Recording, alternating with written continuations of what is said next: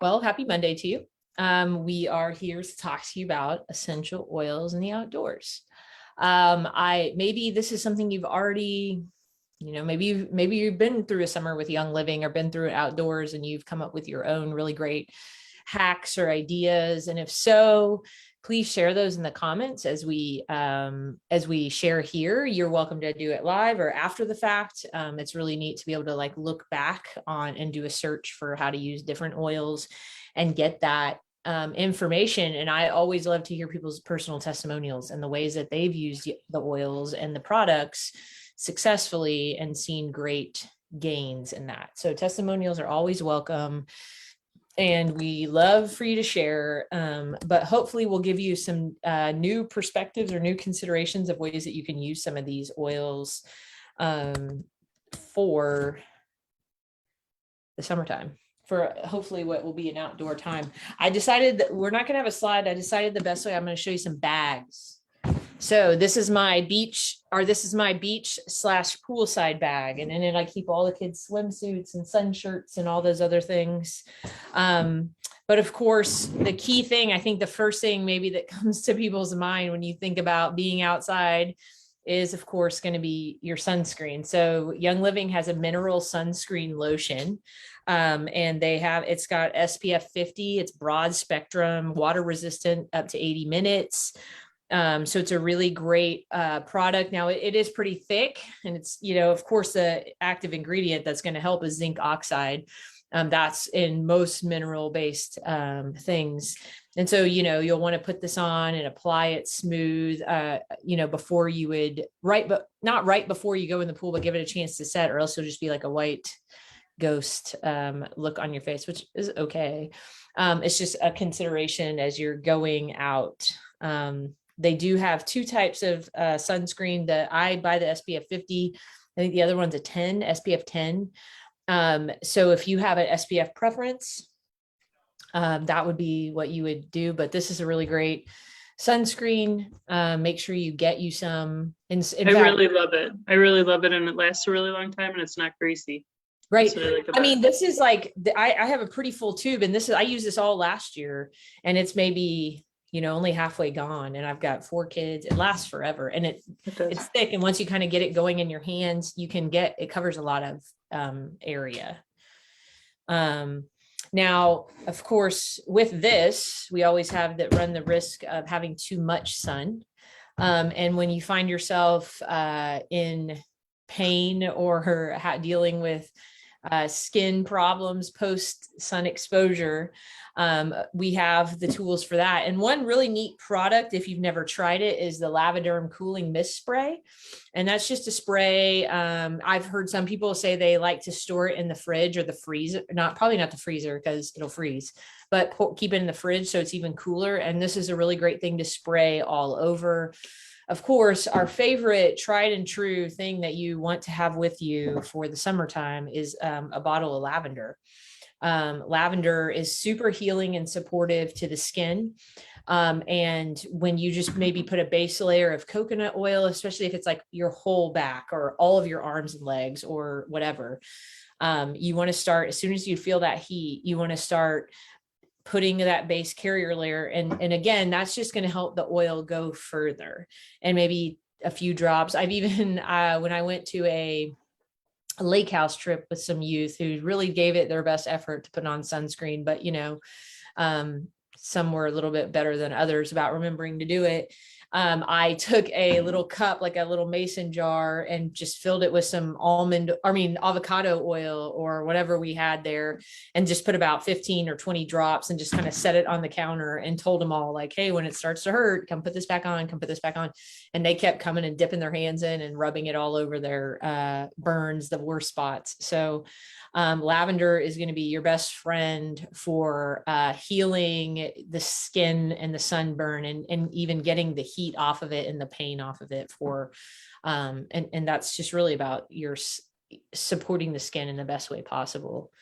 Do you have any other, one other thought, and this is something I want to talk about that one at the end about. Okay. Well, one other thought I just had is that along the lines of heat and supporting your skin, if you have some regrets, is started this maybe a couple summers ago, but washcloths, just washcloths getting a little bit wet and then putting them in the, putting a couple drops of either peppermint or eucalyptus. And I thought of, if you have some overexposed skin to the sun, lavender.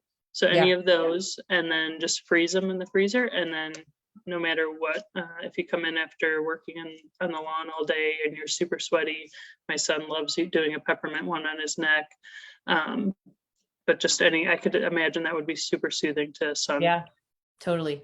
One thing I want to share that is kind of new. My mom had forwarded me somebody's Instagram post about this, and I thought it was really interesting about like the repeat exposure to chlorine in pools. So maybe you have a pool, maybe your kids are on a swim team in the summertime and they're going to practice every day. And there is a,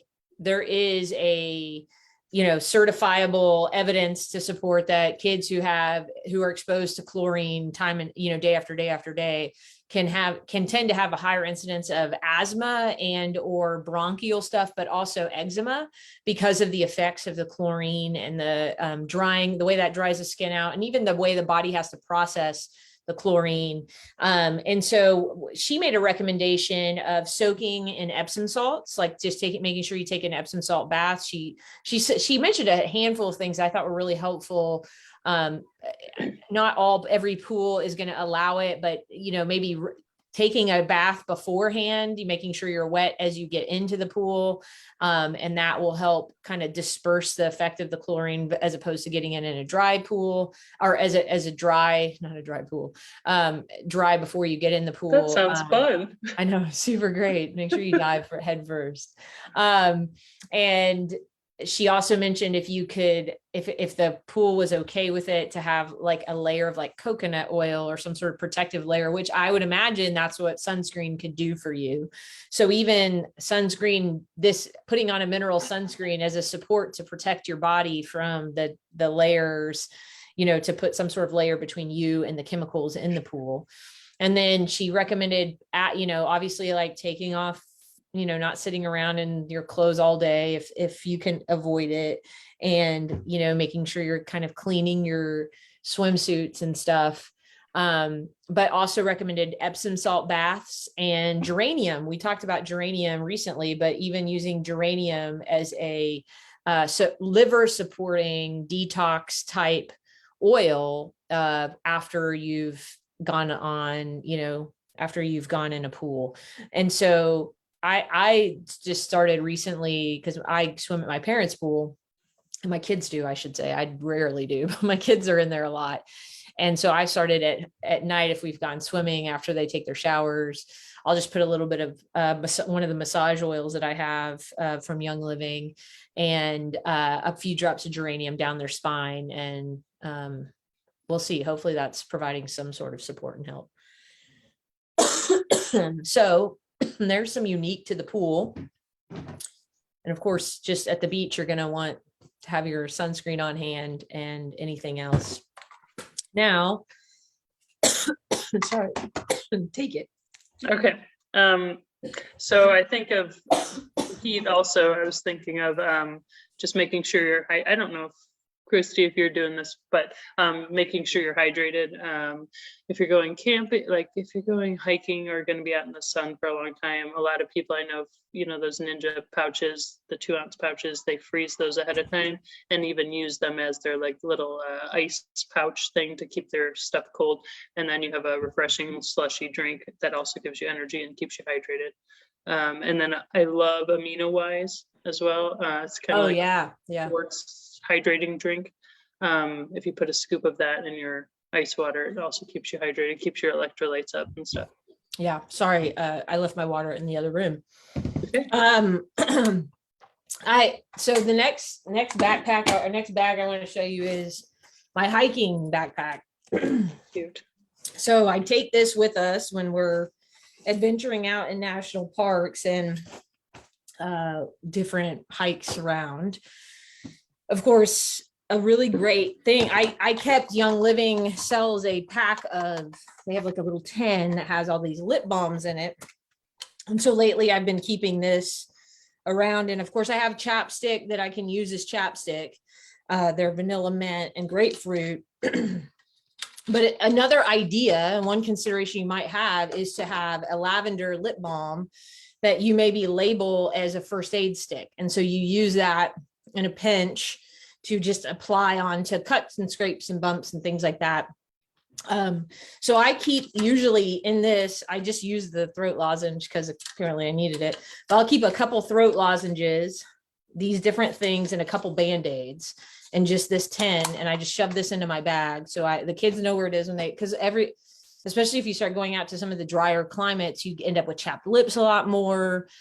You need to be taking in more water because you're sweating more, all of those types of things. So I like to keep something like this, like as a little hiking kit. One thing I also like to have on hand, if I'm not carrying so I don't have a dedicated lavender lip balm, but even like we were at the park, I was at the park the other day with Libby and her kids, and somebody scraped their knee, and I just was like, hey, take your fingernail and shave off a part of the chapstick and put that on before we put a Band-Aid on. So even, it's kind of like in a pinch, just kind of thinking about, well, what are these products that I use? What are they made out of? And I can apply that thinking. Maybe you want to carry around rose ointment, so that you can use that for chapped skin, So many things, yeah. or chapped lips, or as a a cut protectant, that kind of thing. But I've also carried around Kid Sense Owie oil with a rollerball top on. And so I'll just do a swipe of this and then put a Band-Aid on. And I really like the Welly brand of Band-Aids that you can find these at Target now, but they're cloth. And so that you don't have to worry about the plastics or anything like that. So it's called a Welly. They're super cute too. And they're really fun pattern. This happened to be a star pattern, but like a rainbow unicorn pattern or whatever. So I buy some of those and just make my own little first aid kit and keep that with me. Oh, and I have a cough drop in here because you just never know when somebody's got something that tastes weird in their mouth, or, like whatever, their throat hurts, whatever. So, those are some thoughts about hiking. The other thing, kind of similar to what you said, you can use Lavaderm this way also, but you could also make your own DIY spray, like a air conditioner spray. So one year when we hiked through Utah in the summer, in August, it was like blazing hot. We hiked to the big arch that's on the Utah license plate at Arches National Park. And it was a hot day, and the kids are just like dying. And I had thrown in a like air conditioner in a bottle thing that I had made, and it was a lot of peppermint, and tea tree can be really cooling.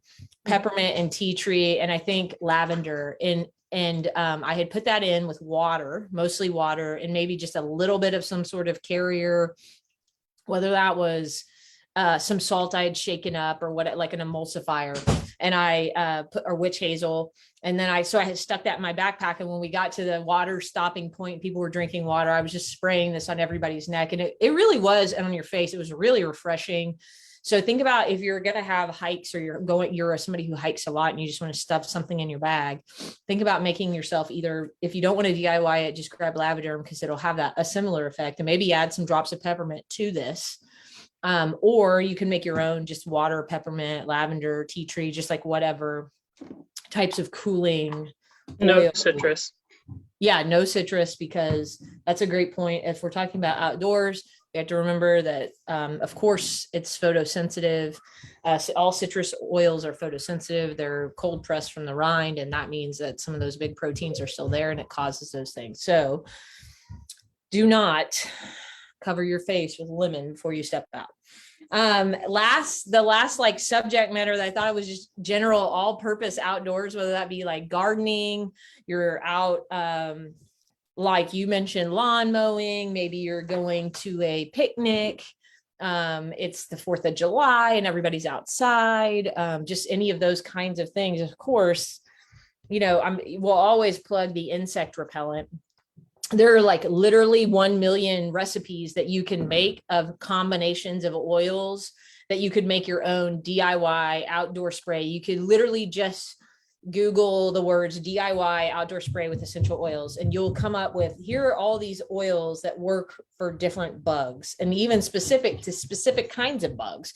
You know, citronella being better for mosquitoes, but cedarwood being better. And they'll give you some combination of oils. So if you are somebody who wants to have just a general purpose spray, you can certainly make your own. But this, now notice that it comes with a pump action thing. And so it's pretty greasy. I mean, it kind of feels like a massage oil, to be honest.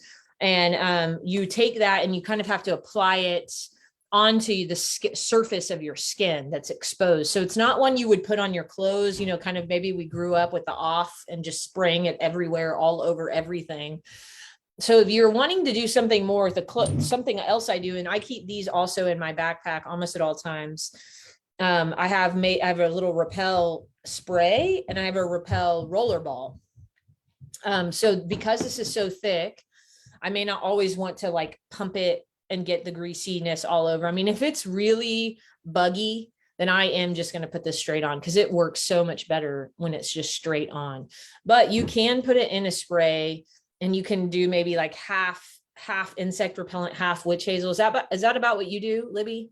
Yeah, I do have. Yeah, half and half. So you maybe a third.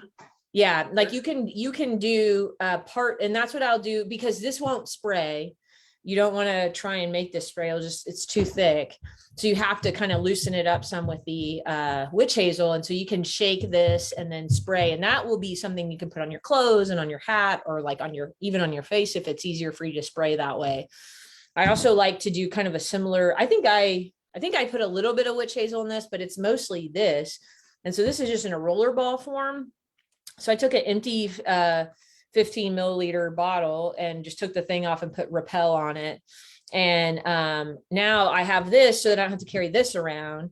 And if I'm somewhere, if it's like, you know, so how many times have you been like eating outdoors at a restaurant with friends at night or something, and then your feet are, because you're wearing sandals, your feet are just like getting devoured.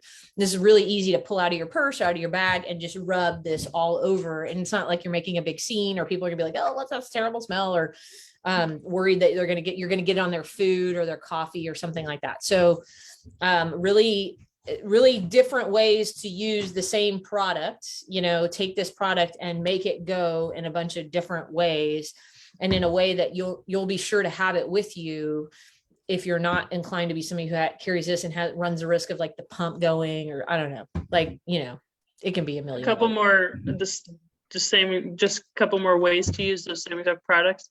And the essential oils that are great for bugs would be if you have a lava bead bracelet, any diffuser bracelet, put it liberally on that, or on, and then also what along the lines, I know I always keep plugging this, but the frozen washcloths, think about if you're going on like to watch the fireworks with your family on a blanket, like put however many people are in your family, frozen washcloths with whatever citronella, lemongrass, tea tree, or even the bug spray that Young Living has. Yeah. Several drops on the washcloth with water, stick it in the freezer, and then put it in a cooler, and everybody can have it on their neck, and then just rub it on their legs or their ankles as needed. Yeah, that's a great idea. Yeah, so there's a bunch of oils that are really good for bugs. Geranium, Palo Santo, citronella. Purification has citronella in it. Cedarwood, peppermint, all of those. Buddy, I'm teaching a class. Okay.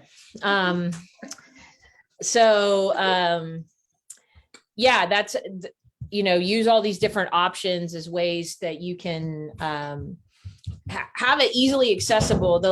Another, like, if you don't have a diffuser, one thing worth considering, I was looking up some different things on Young Living's website, and one of the things that they said on their blog, if you don't have like an outdoor diffuser, you could just you can kind of do a DIY patio diffuser. Say you're gonna like have dinner outside on the patio or something, or you have friends coming over.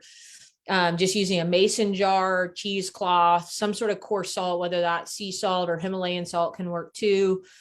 And then some summery essential oils. So some of those oils we talked about: basil, cedarwood, geranium, lemongrass, peppermint, rosemary. Those are all kind of keep the bugs away.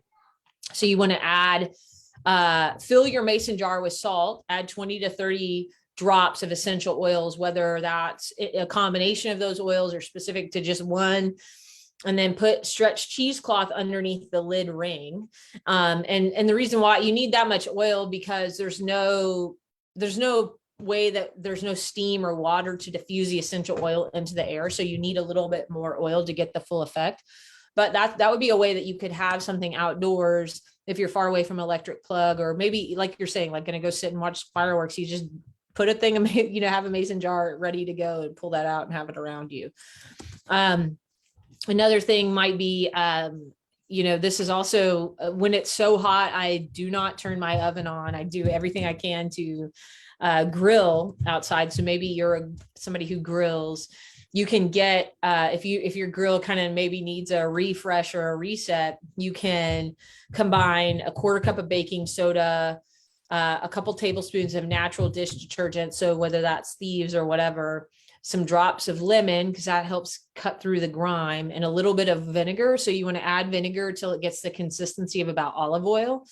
And then you can brush that onto your grill, like the grates or whatever, and let that sit 15 to 30 minutes, and then scrub with either a damp scouring pad or the grill brush that you have or whatever, and then rinse it all with water. So that would be a way that you can refresh your grill without worrying about using toxic chemicals to deal with that problem, and B, like then you're going to put your food on there. Like that doesn't make any sense. But B, also taking into consideration that as you're rinsing that water is going into your ground and runoff water and things like that. So we want to remember that the environment that we're operating in, we want to help keep that healthy and clean and, eco-friendly as we possibly can be. And just another consideration, that same, that maybe having the insect spray, or even maybe a quarter of this with insects, and then the rest with witch hazel. And you could spray that on your patio furniture, if you wanted to kind of have bugs stay off and bugs stay away. So I think, my last tip I want to throw out there, and it's just a reminder, and I think you said this, to have those little 2 ounce sachets of Ningxia Red, toss some of those in your freezer. And after you've been outside, pop one of those, let it sit on the counter for a minute or two, and it'll kind of slush up, and you can break it up and then cut the top off and then use that as a slushie. So that's a healthy popsicle treat option where you're not, downing a bunch of sugar to refresh yourself, but actually what you're providing your body with minerals and antioxidant support and all the other great things that we love our Ninja for. So don't forget to have a 30 pack of those Ninjas that you can, Ningxia Red, that you can just toss in the freezer and pull out as needed. So I think that's the best tips that I have. I was trying to think if there was anything else. Yeah, I love your idea just to pick a few to always have with you, just even have in your car, like the rose ointment or the chapstick, because there's so many different uses. I can't. Oh, we didn't even talk about hand sanitizer. Always having the hand sanitizer. How about the other day, I'm driving along and a kid in my house left the van door open all night, which, like, because I already have the battery, like I already have the light kill, it didn't affect my battery. It did offer a breeding ground of some sort to mosquitoes. And that was annoying. So for about 4 days, every time we got in the car, people were like, mosquitoes everywhere, and we try and roll the windows down, but that only works so much. So I had one child in the back was like, my legs are so itchy. I've got mosquitoes all over me. I mean, he didn't really have mosquitoes all over him, but he had gotten a handful of bites, and he was just like, I can't stop itching. And I was like I'm driving down the freeway. Like, what am I going to do about that? And I'm like racking my brain, like, what do I even have on me? And then I'm like, oh my gosh, the hand sanitizer that your mom, Libby, Chris, she has so many crazy stories of how she's used the hand sanitizer. So I kind of threw the hand sanitizer back because it's aloe vera based. And so aloe vera is going to be soothing to the skin. It has peppermint in it and all of those things. And so he just dabbed some hand sanitizer on those bug bites and they went away really quick. And that's lavender is really great for bug bites. Peppermint's really great for bug bites. Purification's really great for bug bites. Just you kind of have to find your thing that works good or works really well. We even had somebody share that they had a bite on their leg or something, and they were able to put baking soda and lavender and kind of make a poultice with it, and to help a bee sting. Yeah, there you go. Wasp or bee sting. Think about those types of things, and using your oils in those ways. So it is really helpful to think about what you have on you, and what are my ingredients in this? What are the things that I have that I can use or I can pass back or I can give? So yeah, I there's just so many ways that we could use or think about how we can use these products. I'm sorry, I interrupted you because the hand sanitizer thing like totally blanked me. Nope, that's any okay. Other I always have in my car, and I would want to take camping our thieves beloved thieves cleaner. So just you can even just do a small one, either the spray that they make, the thieves spray, or just make your own little diluted thieves cleaner, and that can be used for so many things. So right. I never want to be without that, just because kids are pretty gross and touch stuff. I mean, hey, we've had to bust that out we busted that out for porta potty once, right? Because it was just gross, right. But you know how kids are, like they gotta go, and the other option is they're like in a public park going to the bathroom, like that doesn't work. And so I think I had paper towels or napkins, and you had thieves spray, or you had a small thing of the actual household spray. Yeah. And that was super convenient to have. So yeah, thinking about your car and how you can use resource things that kind of can stay put in your car is really helpful too. And my last thought on that, I mean, maybe my last thought, is considering that maybe people are, in spite of gas prices, because airline prices are even more expensive. So maybe you are driving somewhere this summer. Think about, oils that are good for motion sickness. Aroma Ease is really good for that. Peppermint's really good for that. Spearmint, if somebody's like, hates the way that Digize or something smells, then have peppermint or spearmint or Aroma Ease or Tummy Jize. But those are really great oils to just hold, and whoever's feeling nauseous to hold and smell. Or even I'll have them put their finger on it and put right under their nose so that that's what they're breathing in nonstop. So think about that. I have peppermint in my driver's side door, and I just sniff it sometimes while I'm falling asleep or getting sleepy, and it kind of helps me perk up.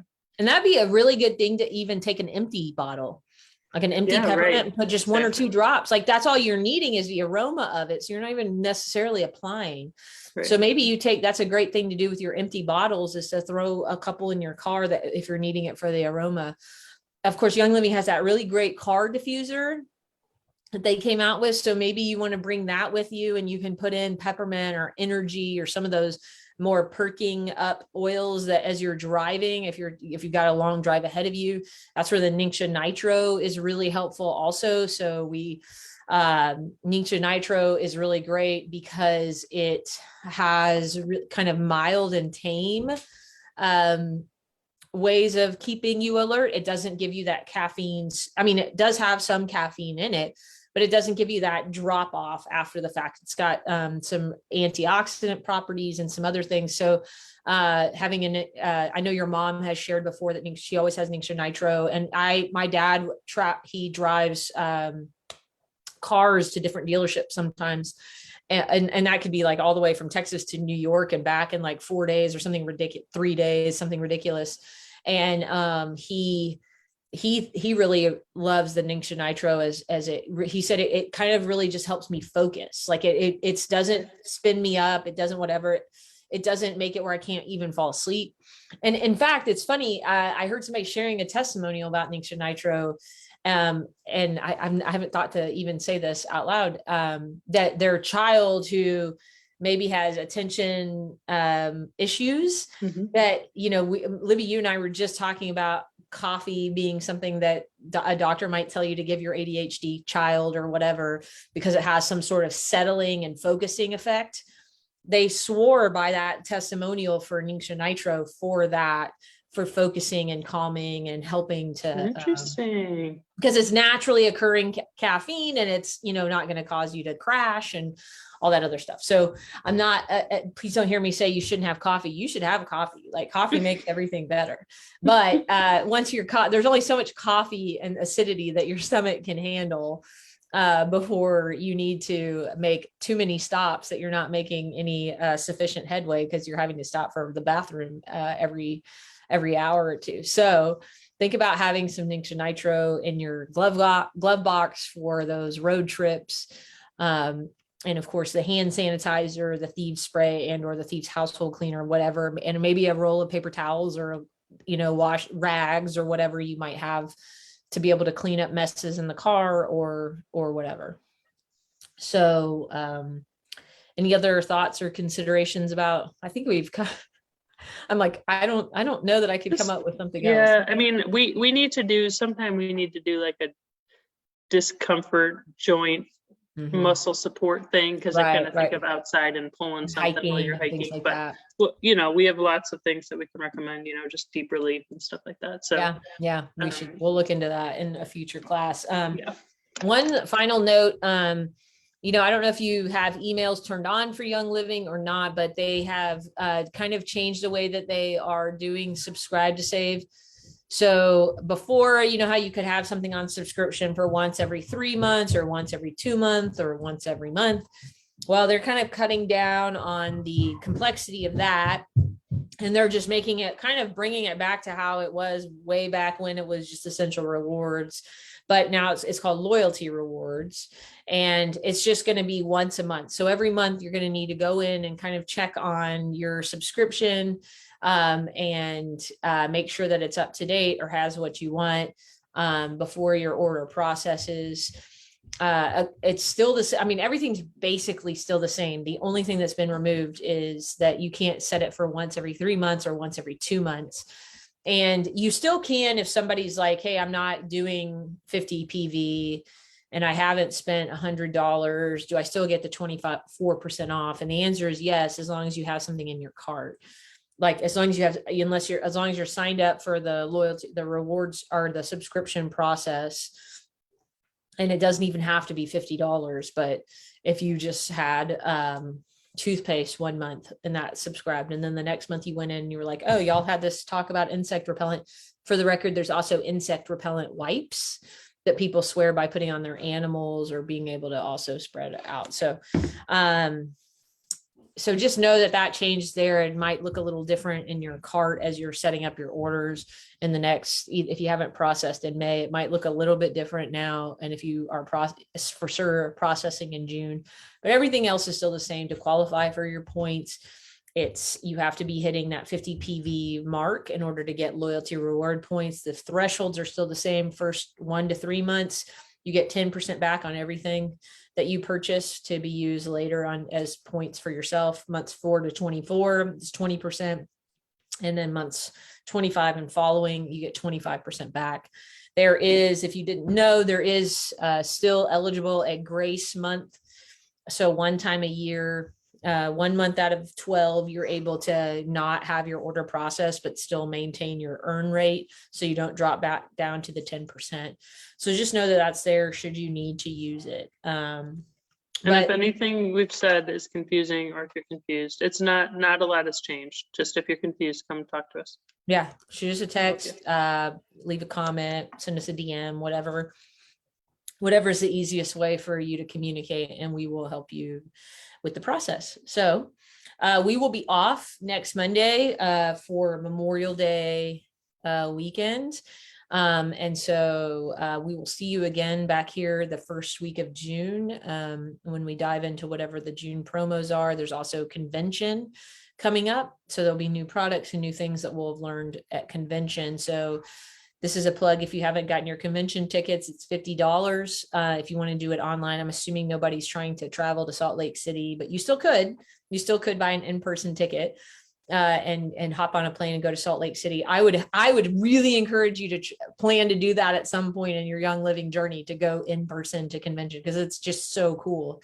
But the $50 online option is great for those who have conflicting weekends or dates, or, you know, you're just in a position where financially $50 is much more feasible than, you know, the 1,000 or 2 it might cost you to get to convention and have a hotel room and everything else.